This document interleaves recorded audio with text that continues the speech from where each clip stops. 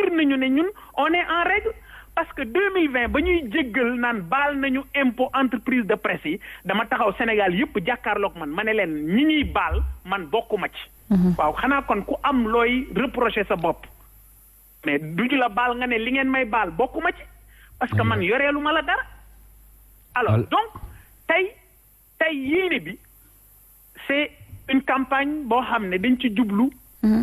mën na maa wax ne yàq deru Bougane parce que gis nañu ne tey sénégalais yi jox nañu bopp Bougane gis nañu ne tey sénégalais yi bàyyi nañu xel gëm sa bopp gis nañu ne tey Bougane nit ku constant la mësta wax lu nit teg gis nañu ne tey li ñi sañut maanaam ci wax dëgg ci yegg fenn fi man maa ngi koy def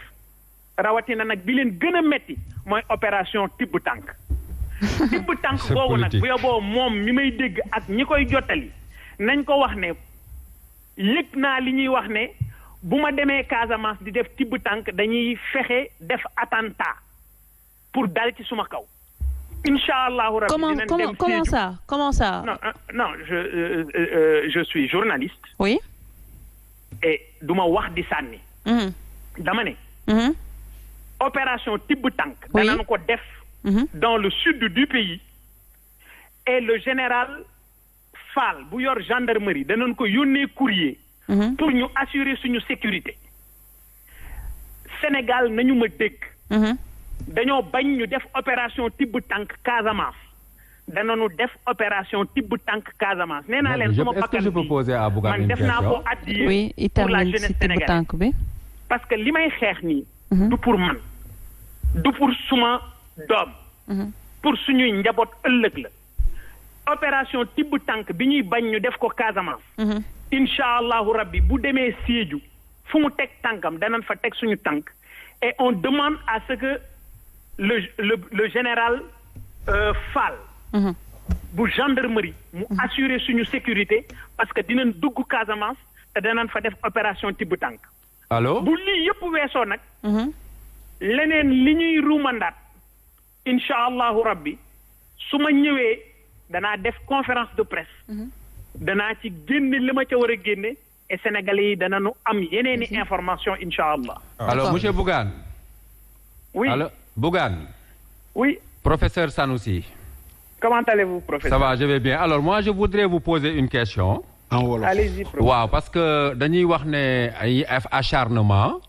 dañuy wax tey ne ñu ngi étouffé mais dama bëgg a xam acharnement boobu ak étouffement boobu nan lañ ko defee parce que sénégalais dañu ko laaj est-ce que dañu bloqué say compte ne la dootoo jot sa xaalis wala est-ce que état bi dafay permettre légalement dem di jël li mu yaakaar ni moom nga ko yoreel ci say compte ñoom nu ñu kuttee fi ne affaire bi. xam nga administration fiscale dafa am doole administration fiscale bu ñu jàppee dama ne la bu ñu jàppee ne yoreel nga leen xaalis dañuy def li ñuy wax avis à tiers détenteur dem ci sa compte bu mu doon ñu tëj ko lu fa nekk ci xaalis ñu jël ko voilà bu fekkee ne xaalis ba matu ko ñoom ñu ne lu jaar ca compte ba ci seen gafa ñoom lay dem benn ñaar leneen li nga xam ne dafa am solo te ñu war koo xam man bu may wax acharnement mooy singali ñaata société ñoo nekk Sénégal waaw lu tax ñu war a jóg rek song juróomi société yoo xam ne Bougane Gueye moo ko moom loolu la ñuy wax singali loolu moo tax ñuy wax waxi acharnement loolu moo tax ñuy wax waxi singali parce que xaalis bi nga xam ne ñu ngi ñu koy laaj ñun biir nañu ne yoree luñ leen xaalis boobu mooy këyit yi ñu la wan waaye xaalis doo ci jotee noonu parce que xaalis boo ko laajee nit am na ay recours yu am na fu mu mën a jaar am na foo xam ne mën na faa yegg am na loo xam ne day dem ba ci justice parce que même saisi ñëw nañu Sen TV ne dañuy dañuy jël matériel bi dañuy saisir matériel bi mais xam nga saisir matériel u Sen TV xam nga loolu yombewul noonu nag xam nga am na ci yoo xam ne buñ koy def xëy na yenn saa yi sama gars yi nekk foofu nga xam ne bu ñu nee ndawal buur la ñu amub jaaxle la rek mais xam nga man ci sama bopp nga xam ne ba ma nekkee ci business ak léegi xëy na yàggul waaye suñu borom jox na ma ci expérience bu am solo mais man xam naa ne saisie matériel kër gu mu mën a doon mais loolu justice moo koy approuvé. alors Bougane. et loolu du loo xam ne da ngay tëb rek mu mën a nekk man daal li ma bëgg a wax professeur. mooy nañu bàyyi yàq der parce que yàq der mooy. bëgg a présenter Bougane comme nit koo xam ne du fay impôt waaw Bougane xanaa ren la fayul impôt man xam nga kañ laa commencé ci business 2003 d'accord 2003 laa ko créé ba fi may wax ak yow nii ñu ngi ci ñaata at xanaa léegi mu yegg ci 18 ans. waay. musuma am problème impôt waaw xanaa tey la Bougane nekk nit ku dul fay impôt. waaw mais parce que tey da ngaa teen alors que buur dafa aj moo tax. waaw mais justement nag loolu nag moo tax ñu war koo xeex pour suñuy njaboot ëllëg. pour sa doom yow ëllëg. bu bëggee wax li mu bëgg a xalaat. bu bëggee jëf li mu xalaat ci réew mi. ñu mën ko mayal xam nga man tey suma yéene mooy transformer Sénégal waxuma ne Bougane man damay doon président par force déedéet. waaye dama ne nañu fexe ba teg jalon yi xeex bi Gumbala xeex bi Pa Gabou Sarr xeex bi Néné Aïcha xeex bi Cheikh Oumar Talla xeex suñuy njaboot ëllëg jëriñoo ko man ci loolu rek laa nekk. tey yenn saa yi dégg nga leen ñuy wax wuy Bougane nangam sangam Bougane pion wu Macky la mais man tey demoon féete ci ak Macky moo gën a neex ci man. man su ma féete woon ak Macky tey mais biir na leen ne yéen lii dal tey su may société du leen dal. déggoo ma ne la am na ci benn interview bu ma wax. man toog nañu réunion ñi moom télé ci Sénégal kenn ku moom télé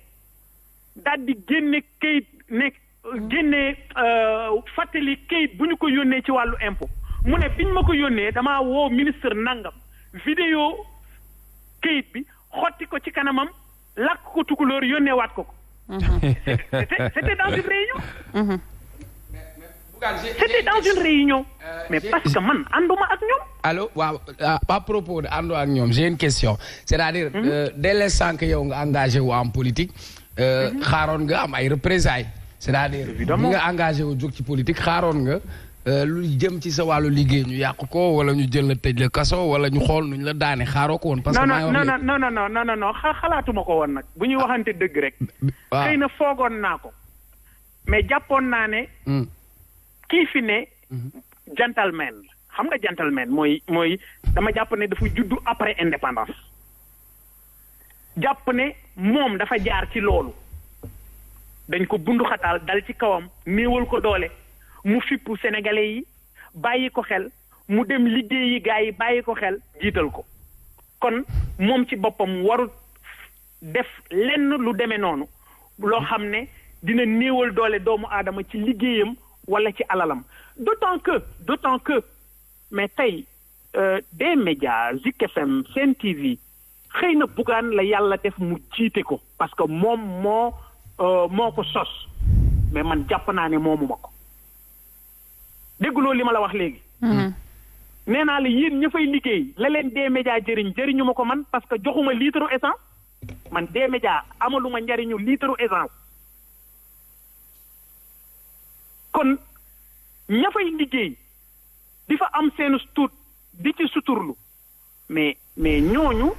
pourquoi ñu war leen ko mën a xañ parce que tout simplement dañu bëgg a rëq ndiggu Bougane tonton Gabou Sarr wax na ko léegi mais en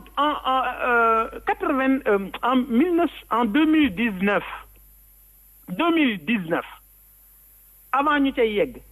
mais ñoom nguur gi dañu yaakaaroon ne Bougane xaalis bi ñuy wax ne daf ko am ci jooni la jóge mais ñoom dañoo nërmeel jooni mais jooni xam nga ñaata nit ñoo fa doon liggéey ci ñoo xam ne dañu amoon salaire 330 personnes am 15 000 personnes yeneen yu ciy liggéey de manière indirecte wax na ko léegi tey am na banque bu nekk Sénégal boo xam ne daf ñu yoreel 3 milliards bi ñu demee dugal dossier bi ñu nekk di gëstu gis ne du sax 3 milliards lañ ñu yoreel nañ ñu presque 4 milliards nangam sangam mais dossier wu boobu ma lay wax nii te banque Sénégal yoreel ñu xaalis boobu mais dossier boobu dañ ci teg seen loxo dossier boobu ba tey avancé wul. d'accord parce que jàpp nañ ne bu ma banque bi fayee xaalis sama 3 milliards wala sama 4 milliards man maanaam dama leen di gën ndey xaw ma ndax comprendre nga li ma bëgg a wax. jàpp nañ ne xaalis boobu man su ma ko yoree suñ ma fayee suma xaalis. tibb tànk bi day gën a danse contre ñoom. waaw mais yow. d'accord alors justement yow man li ma la doon laaj mooy sonal nga gars yi def marquage à la culotte opération tibb tànk bi ngay def tibb tànk xaaroo woon ni gars yi aussi dinañ jóg def opération gor tànk wax nga léegi ne affaire u gentleman. va directement à ta question mais tey est-ce que jàppaloo ni que la personne de Bougane est à part comme ni nga ko waxee des médias est à part.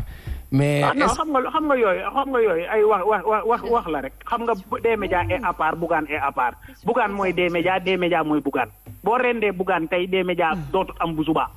c'est ça la réalité il faut ñu bàyyi di wax yenn wax yi. d'accord il faut ñu bàyyi yenn wax yi ñu bàyyi di ko wax. amul ay Bougane à part la des médias à part la des médias bu taxawee yàlla ak Bougane la kon mën nañoo taxaw di ñu wax naan ay des médias à part la Bougane à part la dama ne. bu leen neexee ñu def for tànk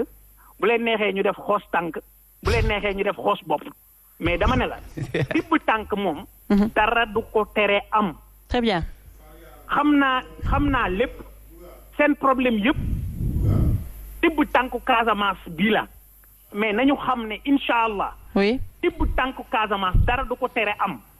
d'accord alors dana am élection locale yi dañu ci dem ci niñ ci war a demee ak ñi ñu ci war a àndal incha allahu rabbi. da ngay wuyu très rapidement Assane. man posé wu ma la question parce que xam naa ne fi sa deret tànge fa la sama deret di tànge fi mu toll nii xoolal demal nga tëdd. nelaw suba nga dem dox sa yitte. xoolal ñun ñooy Sénégal ñun ñooy Sen TV. wax ji yëpp loolu la xoolal gunge woon nañ la Mbàkke Bawol dinañ la gunge comme nee nañ xoolal dañuy coup d'état nañ coup d'état Sénégal yëpp parce que ñun ñëpp dinañ ànd dem Casamance. jeex na sax